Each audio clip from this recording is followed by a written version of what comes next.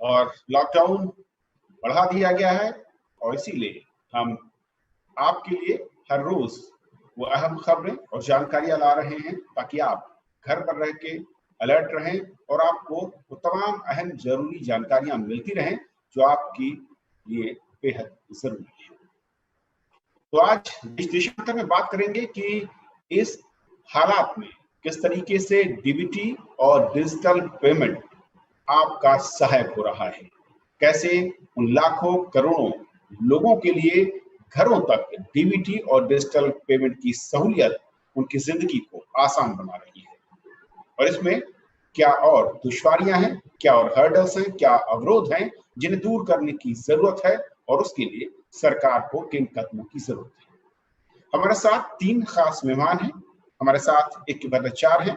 Editorial director हैं business standard से। Sir, आपका बहुत बहुत स्वागत है हमारे साथ इस खास कार्यक्रम में जुड़ने के लिए।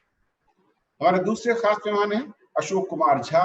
Former finance secretary. आप भारत सरकार में रहे हैं, बहुत बहुत स्वागत है सर आपका। हमारी तीसरी मेहमान हैं पंकुरी दत्त, जो कि पब्लिक पॉलिसी कंसल्टेंट हैं नीति आयोग में। पंकुरी, आपका भी बहुत बहुत स्वागत है। थैंक यू, नमस्ते। शुरुआत में अशोक सर आपसे ही करना चाहूंगा कि जिस तरीके से डीबीटी और डिजिटल पेमेंट की जब शुरुआत हुई थी देश में, कई सारे उसके अलग अलग फायदे हमने देखे थे, लीकेज को कम करने की बात हुई थी, वो भी देखा था। लेकिन आज के अगर हालात में देखें तो कितने बड़े और मजबूत टूल के तौर पर ये दोनों नजर आ रहे हैं। नहीं, अभी ये लॉकडाउन पीरियड में डीबीटी का इम्पोर्टेंस बहुत ज़्यादा हो गया है, क्योंकि जो फाइनेंस मिनिस्टर ने अनाउंस किया था कुछ दिनों पहले कि करीब 800 मिलियन लोगों को पेमेंट जाएगा, उसमें से 200 मिलियन जो वुमेन अकाउंट होल्डर्स हैं उनको पेमेंट डायरेक्टली जाएगा थ्रू डीबीटी। तो ये संभव हो सकता है क्योंकि बहुत सारे लोगों के पास ये अकाउंट्स हैं और डायरेक्ट बेनिफिट ट्रांसफर के माध्यम से इनको पैसे अकाउंट में चला जाएगा। इनको जो भी राशन वगैरह का भी जो इनको मिलना है वो भी इनको सहूलियत से मिल जाएगी। तो ये मैं समझता हूँ कि बहुत ही इम्पोर्टेंट ये स्कीम है डीबीटी का, जिससे कि ये अपना जो अभी जो सरकार कोशिश कर रही है कि स्पेशली इनफॉर्मल लेबर को कुछ पेमेंट्स मिल जाएं, कुछ राशन वगैरह मिल जाएं, तो ये बहुत ही महत्वपूर्ण स्टेप है। भट्टाचार्य सर, जिस तरीके से हमने देखा और खास तौर पर वो कामगार तबका जिसको लॉकडाउन के चलते अपने घरों की तरफ लौटना पड़ा, या फिर वो डेली वर्कर मजदूर, ऐसे न जाने कितने, मैं कहूँ अलग अलग अगर सेक्टर में देखें संख्या है, उनके नजरिए से इस लॉकडाउन के संकट के बीच में डीबीटी ये डिजिटल पेमेंट कितना बड़ा रोल अदा कर रहा है और किस तरीके से ये सामने आ रहा है कि वाकई इसकी जरूरत कितनी ज्यादा हमारे देश में और जिस तरीके का कल्चर है वहां पर है। देखिए, इसमें तो कोई दो राय नहीं हो सकती है कि इस वक्त आप डिजिटल पेमेंट कहें या डायरेक्ट बेनिफिट ट्रांसफर कहें, उसका जो उपयोगिता में कोई दो राय नहीं है। अगर आप इसके साथ ये जो एक जैम ट्रिनिटी की बात की गई थी कि जनधन अब योजना, जनधन अकाउंट्स और आधार और मोबाइल, इस तीनों का जो एक समन्वय एक जैम ट्रिनिटी की बात की गई थी, उसके साथ अगर आप ये डिजिटल पेमेंट और डीबीटी, उसी का एक फलस्वरूप आप देख सकते हैं हुआ है। और जो अगर आंकड़े की ओर देखें आप, तो पिछले 10 दिनों में करीब 40 करोड़ लोगों को करीबन 28,000 करोड़ रुपए का ट्रांसफर हुआ है। ये आंकड़े बाहर आई हैं सरकार से ही। तो मैं ये समझता हूँ कि हालांकि अगर आप 28,000 करोड़ अगर 40 करोड़ अकाउंट होल्डर्स के साथ इसका एक ट्रांसफर अगर डिवाइड करेंगे तो शायद पर अकाउंट पैसे काफी कम 800-900 रुपए आएंगे। पर तभी मैं समझता हूँ कि अगर ये जो एक आधार बना है, आधार मतलब आधार कार्ड नहीं, जो एक आधार बना है, एक मीडियम, एक प्लेटफॉर्म बना है, ये एक बहुत जरूरी एक प्लेटफॉर्म है। और इस वक्त जो लॉकडाउन की बात छोड़िए, कि लॉकडाउन से आगे जाकर भी आप देखेंगे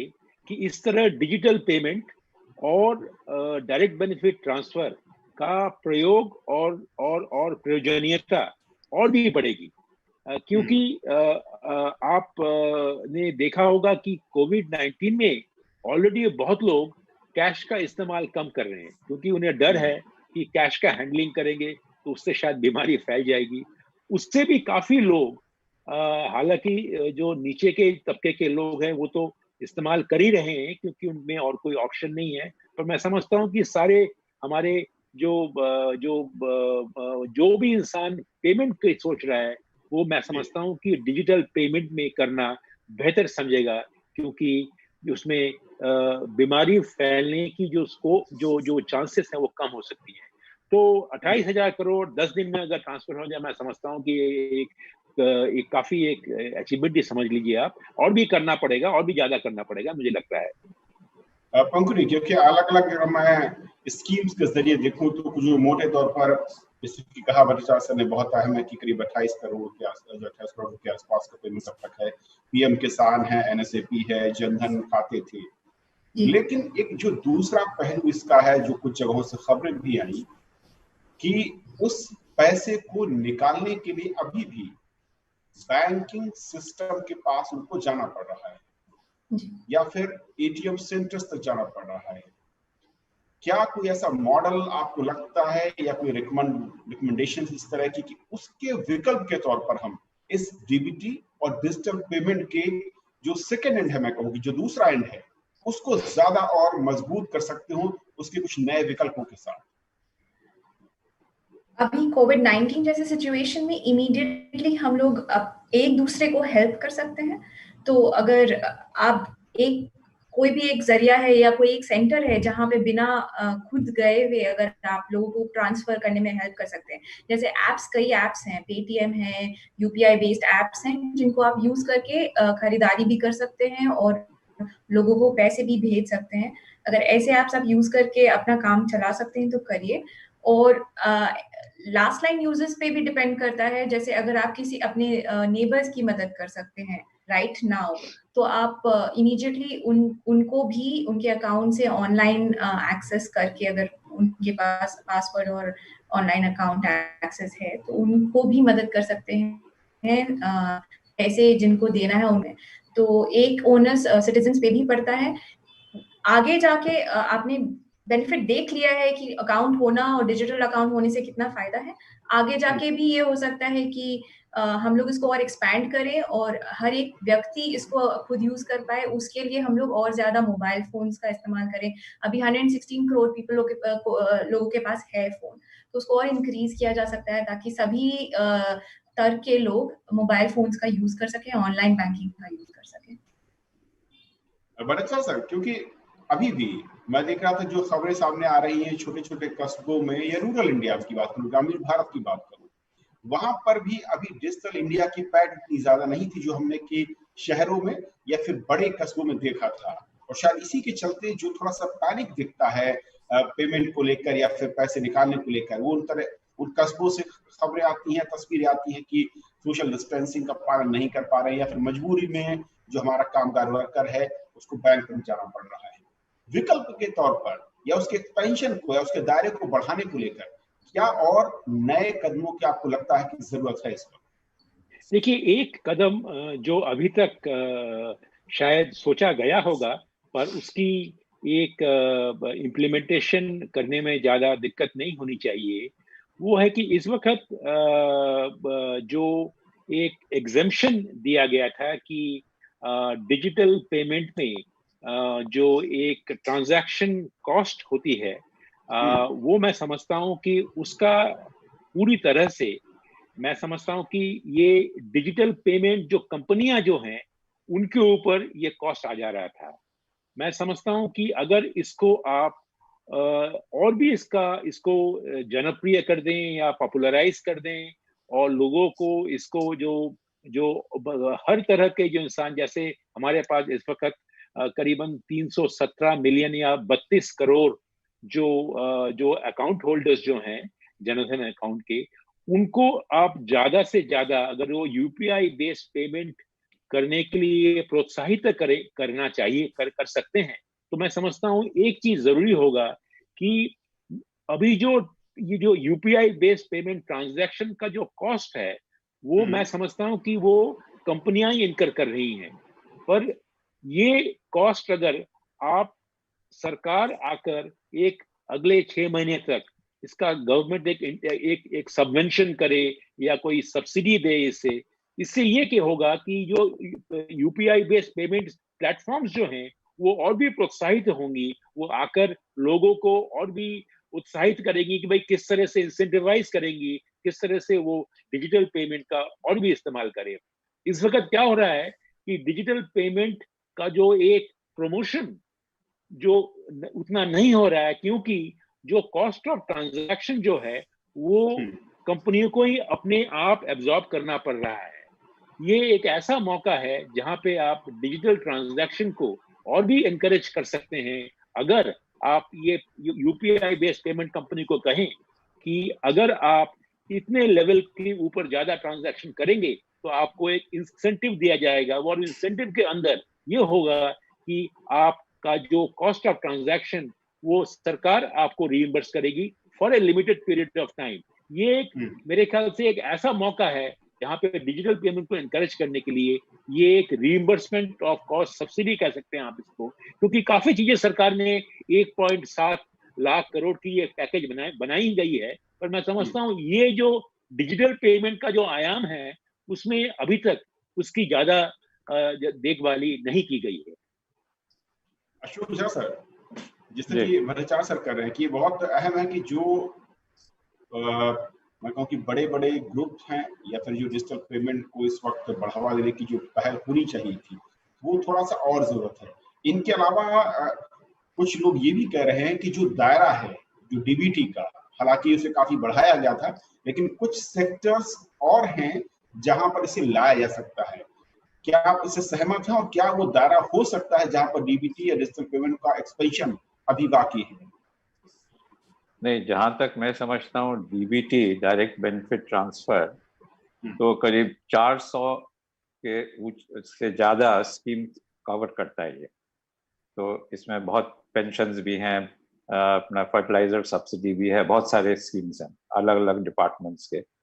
तो मैं नहीं समझता हूँ कि और उसको ज़्यादा एक्सपैंड करने की ज़रूरत है, बल्कि इसको और डीपन करने की ज़रूरत है, ताकि पूरे जितने स्कीम्स हैं ये पूरे सब सारे स्कीम्स को फुल्ली कवर किया जाए। तो इसमें लेकिन जैसे कि भट्टाचार्य साहब ने बताया कि जो पेमेंट्स है डिजिटल पेमेंट्स, ये जब तक कि इसमें कुछ इंसेंटिव नहीं दिया जाएगा तब तक इसका पॉपुलैरिटी होगा नहीं। क्योंकि अगर लोग समझते हैं कि इसमें कॉस्ट है, ज़्यादा कॉस्ट तो होता ही है थोड़ा बहुत, और प्लस रूरल एरियाज में इसको पॉपुलराइज करने के लिए हमें बहुत ज़रूरी है कि थोड़ा रिबेट दे दें। जैसे कि अगर कोई डिजिटल पेमेंट ना करे, वो अगर कोई 10 रुपये का सामान हो तो डिजिटल पेमेंट करे तो उसको 9 रुपये 80 पैसे में अगर उसको मिल जाए तो वो डिजिटल पेमेंट की तरफ जाएगा। इसको इंसेंटिवाइज करना पड़ेगा, सब्सिडाइज करना पड़ेगा। और अभी अगर हम कर लें, जो भी अभी मौका है, क्योंकि लोग बैंक नहीं जा सकते हैं, कैश विड्रॉ नहीं कर पाते हैं, तो ये सही मौका है इसको पॉपुलराइज करने के। अगर पॉलिसी लेवल पर देखें तो क्या और नए स्टेप्स मैं कहूँ कि अगर डीबीटी या फिर डिजिटल पेमेंट को लेकर आने वाले दिनों में हम देख सकते हैं, या फिर जिनकी तरफ से सुझाव नीति आयोग की ओर से, क्योंकि बहुत अहम है कि इस तरह के संकट के समय में, जिसकी अशोक सर ने भी कहा कि बहुत सही मौका है कि जब हम इसे एक्सप्लोर कर सकते हैं, एक्सपैंड कर सकते हैं। जी, पॉलिसी लेवल पे जो अशोक झा सर बोल रहे थे कि डीपनिंग की ज्यादा जरूरत है, उससे भी हम लोग काफी अग्री करते हैं कि गवर्नमेंट स्कीम्स एक बार जब डीबीटी और डिजिटली बेस्ड लॉन्च हो जाती हैं तो लोगों को फाइनेंशियल लिटरेसी देना पड़ता है, लोगों को इंसेंटिवाइज करना पड़ता है, कंपनीज को इंसेंटिवाइज करना पड़ता है कि वो इस टेक्नोलॉजी को ज्यादा से ज्यादा यूज करें। तो उधर झासा ने जो बोला है कम्प्लीटली उनसे मैं अग्री करती हूँ कि पॉलिसी उसी डायरेक्शन में एडवोकेट भी करता है कि एक बार आप कुछ पॉलिसी ले आए फिर उसको इम्प्लीमेंट करने के लिए ऐसे स्कीम्स लाने जरूरी है। और साथ ही साथ पगुली जो डिजिटल पेमेंट की जब बात हो रही है, रूरल इंडिया अभी भी मैं कहूँ कि एक बड़ा हिस्सा है जो इसे अछूता है, चाहे वो मैं कहूँ डिजिटल लिटरेसी बढ़ाने की जरूरत है, या फिर दूसरा एक और है कि मोबाइल टावर्स या फिर नेटवर्क, ये भी एक बड़ी समस्या आ रही है। बहुत सारे दर्शकों ने हमें इस तरह के सवाल भेजे हैं कि इन डिजिटल पेमेंट के दौर में ये भी एक बड़ा संकट, एक चुनौती है। जी, ये सही बात है कि फाइनेंशियल डिजिटल ट्रांसफर्स में यूजुअली अगर नेटवर्क खत्म हो जाए बीच में ही तो आपको ट्रांजैक्शन या फिर से करना होता है, या आपको बहुत अनसर्टेनिटी रहती है कि मेरे पैसे ट्रांसफर हुए या नहीं हुए और एसएमएस आया या नहीं आया। कई बार नेटवर्क ही नहीं रहता है आपको इमीडिएटली ट्रांसफर करने के लिए। तो क्वालिटी ऑफ सर्विस डेफिनेटली एक इशू होता है डिजिटल ट्रांसफर्स में, और वो हमारे कंट्री में भी है इशू रूरल एरियाज में। और दूसरा कि एक्सेसिबिलिटी, अगर आप टेली डेंसिटी देखें मोबाइल यूजर्स की, तो अर्बन इंडिया में जितने ज्यादा यूजर्स हैं उससे काफी कम यूजर्स मोबाइल के रूरल इंडिया में है। और जो रूरल इंडिया में लोग यूज भी करते हैं हैंडसेट्स, वो बहुत बेसिक हैंडसेट्स यूज करते हैं जो शायद उतने ऐप फ्रेंडली नहीं हो कि आप कोई भी ऐप डाउनलोड कर सके उस हैंडसेट में। तो ये सारी चैलेंजेस हैं जिनको हमें एड्रेस करना पड़ेगा। ब्रजराज सर, क्योंकि चुनौती काफी बड़ी है रूरल इंडिया और छोटे कस्बों में, ये दोनों समस्याएं, बहुत सारे दर्शकों ने हमें लिखा है कि ये सरकार तक बात पहुंचनी चाहिए कि हम डिजिटल पेमेंट की कोशिश कर रहे हैं, अवेयर हो रहे हैं, लेकिन कई बार सिस्टम नेटवर्क की दिक्कतें, और कई बार अभी भी लिटरेसी है डिजिटल पेमेंट को लेकर, वो लोग ज्यादा अवेयर नहीं, इसलिए एक्सेप्ट भी नहीं कर रहे। देखिए, दो चीज आपने, दो मुद्दे उठाए हैं आपने। एक तो है कि जो बेसिक इंफ्रास्ट्रक्चर किस तरह से और भी हम उसको अपग्रेड कर सकते हैं, और उस इंफ्रास्ट्रक्चर में आप टेलीकॉम इंफ्रास्ट्रक्चर की भी आपने जिक्र की। मैं समझता हूं कि ये एक ऐसा मौका है जो हमारी देश की जो टेलीकॉम सेक्टर जो है, वो टेलीकॉम सेक्टर एक बहुत ही फाइनेंशियली स्ट्रेस्ड कंडीशन से गुजर रही है। जो इंफ्रास्ट्रक्चर में जो इन्वेस्टमेंट जो जरूरत थी पिछले कई सालों से, वो इंफ्रास्ट्रक्चर इन्वेस्टमेंट नहीं हुई है। तो जो आज जो आप टावर की बात कर रहे हैं, मैं समझता हूं कि जल्द से जल्द, और टावर की इन्वेस्टमेंट में उतना ज्यादा खर्चा नहीं आता है। अगर आप टावर की इन्वेस्टमेंट, अगर रूरल इंडिया में पेनिट्रेशन चाहते हैं अच्छा डिजिटल पेमेंट में, तो टेलीकॉम इंफ्रास्ट्रक्चर टावर की जो आजकल तो सारी इंफ्रास्ट्रक्चर कंपनियां टेलीकॉम कंपनी की हो गई हैं, पर मैं समझता हूं कि इनको एक दूसरी तरह से देखना है। यही नहीं है कि भाई ये टेलीकॉम कंपनी है, टेलीकॉम कंपनी का फाइनेंशियल कंडीशन खराब है, पर एक सेपरेट अप्रोच होना चाहिए टेलीकॉम इंफ्रास्ट्रक्चर सेगमेंट को, जिससे कि हम किस तरह से टेलीकॉम इंफ्रास्ट्रक्चर कंपनी को ऐसे प्रोत्साहित करें जो अपना जो टावर नेटवर्क को और भी घना कर दें, और जिससे कि लोगों की पेमेंट में सुविधा हो। और दूसरी बात यह है कि आपको ये देखना है कि आज एक गांव का इंसान या शहर का इंसान भी कैश की तरफ क्यों जा रहा है? क्योंकि कैश की तरफ वो यूं जा रहा है क्योंकि उसका जो एक रिलेटिव जो एडवांटेज जो है वो कैश में जा रहा है। उसको डिजिटल में और कैश में जो एक एडवांटेज की एक डिफरेंस होनी चाहिए, वो इस वक्त उसे नजर नहीं आ रही है। तो अगर आप कैश में, जैसे झा साहब भी कह रहे थे, जैसे अगर कैश में आप एक ट्रांजैक्शन करते हैं एक्स अमाउंट का होता है, पर अगर आप डिजिटल में करेंगे तो उसमें एक्स माइनस होगा। जैसे मैं दिल्ली मेट्रो का एक उदाहरण दूंगा कि दिल्ली मेट्रो ने अपने फेयर स्ट्रक्चर को, पेमेंट को, कि कैश से जो ना पे करे या टोकन ना ले, उनके लिए उन्होंने कार्ड का इस्तेमाल किया, वो डिजिटल पेमेंट था, और उसमें उन्होंने 10% की छूट दी। अगर कोई मेट्रो का जो पैसेंजर अगर वो कार्ड खरीदता है और डिजिटल पेमेंट करता है तो उसे 10% की फेयर कंसेशन मिलती थी, और आज भी वो मिलती है। तो मैं ये समझता हूं कि हमारे जो फ्रेमवर्क ऑफ गवर्नेंस जो है, उसमें ये बात साफ आनी चाहिए, जहां की कैश और नॉन कैश डिजिटल,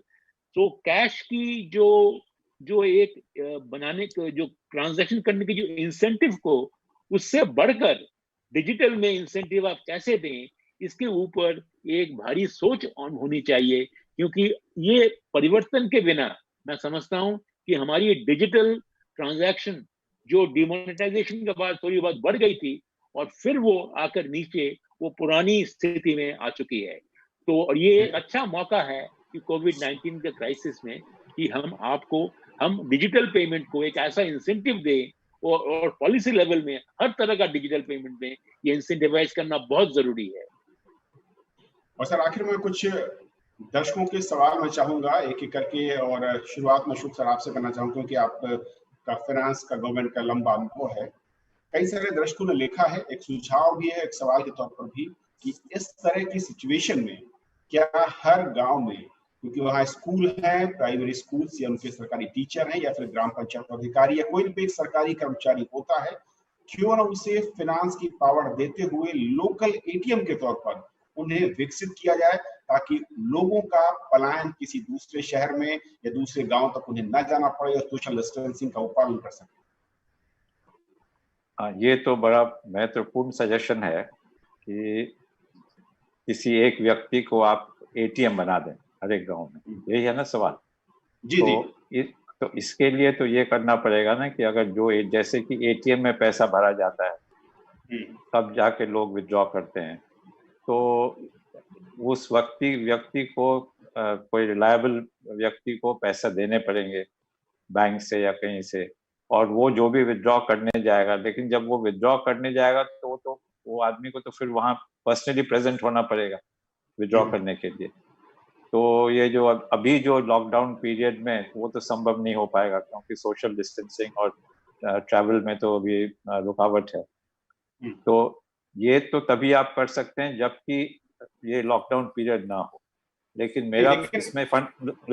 इसमें एक फंडामेंटल इशू ये है कि अगर आप डिजिटल पेमेंट्स, डिजिटलाइजेशन अगर आप करना चाहते हैं तो फिर किसी व्यक्ति को क्यों पैसा दें? आप इंफ्रास्ट्रक्चर को स्ट्रेंथन कर दीजिए, हर एक गांव में ब्रांचेस खोल दीजिए, एटीएम वहां पे एस्टैब्लिश कर दीजिए, तो लोग एटीएम से जाके पैसा निकाल लेंगे अगर उनको पैसा निकालना जरूरी पड़ेगा तो। लेकिन मौजूदा दौर में क्योंकि अभी वक्त शायद इतना नहीं है कि हम डेवलप कर पाए, भट्टाचार्य सर ये सुझाव देता कि सरकारी क्योंकि कर्मचारी हर गांव या कस्बे में मौजूद है और डिस्ट्रिक्ट लेवल पर उन लोगों को कुछ मिनिमम अमाउंट मनी दी जाए, क्योंकि वो लोकल लोगों को जानते होंगे और एक एक करके उस स्थानीय गांव के लोग उस शख्स से, उस गांव के व्यक्ति से वो पैसे ले सके, ताकि दूसरे गांव की तरफ उनका जाना ना हो। और साथ ही साथ जो कई खबरें हैं कि लोग खरीदारी नहीं कर पा रहे हैं, पैसे की कमी है, वो बैंकों के चक्कर लगा रहे हैं, दूसरी जगहों पर जाकर भीड़ बढ़ाते हैं, उससे बचा जा सकता है। देखिए ये जो सुझाव जो है वो मैं समझता हूँ कि उतनी नई नहीं है, क्योंकि ऑलरेडी बैंकिंग व्यवस्था में बैंकिंग कॉरेस्पॉन्डेंट का एक सिस्टम है। जो एक बैंकिंग कॉरेस्पॉन्डेंट जो है वो एक मोबाइल एक इंसान है जो अपने साथ एक ऐसी मशीन साथ में है उसके, जो वो मोबाइल मशीन है वो साथ कैरी करता है, वो जगह जगह जाकर पैसे कलेक्ट भी करता है और पैसे डिसबर्स भी करता है। तो ये बैंकिंग कॉरेस्पॉन्डेंट का जो इंस्टीट्यूशन जो है वो हमारे भारतीय बैंकिंग सेक्टर में काफी प्रचलित है। तो मैं इसमें कोई बात नहीं है कि बैंकिंग कॉरेस्पॉन्डेंट को और भी प्रसार किया जाए, बनाया जाए, पर मैं झा साहब की बात से मैं पूरी तरह से सहमत हूँ कि बैंकिंग कॉरेस्पॉन्डेंट एक शॉर्ट टर्म सोल्यूशन हो सकता है। जैसे आपने कहा कि एटीएम बनाना शायद जल्दी नहीं संभव होगा, तो अगले 4 महीने तक आप बैंकिंग कॉरेस्पॉन्डेंट का प्रसार कीजिए, पर 4 महीने के बाद ऐसा प्लान कीजिए जिससे कि आप एटीएम जो एक बनाने की कोशिश कीजिए, जिससे कि आपकी ट्रांजैक्शन जो होगी वो एटीएम के थ्रू से होगी, ना कि एक इंसान से, एक बैंकिंग कॉरेस्पॉन्डेंट से। क्योंकि अगर आप डिसइंटरमीडिएशन करना आपका गोल है तो मैं समझता हूँ कि एक एटीएम से बेटर रहेगा, ना कि एक बैंकिंग कॉरेस्पॉन्डेंट जो एक व्यक्ति है। तो बहुत बहुत शुक्रिया आप तीनों मेहमानों का हमारे साथ इस चर्चा में शामिल होने के लिए और अपना कीमती समय देने के लिए, और दर्शकों को ये बताने और समझाने के लिए कि असल में डिजिटल पेमेंट या डीबीटी किस तरीके से कारगर है, फायदेमंद है और साथ ही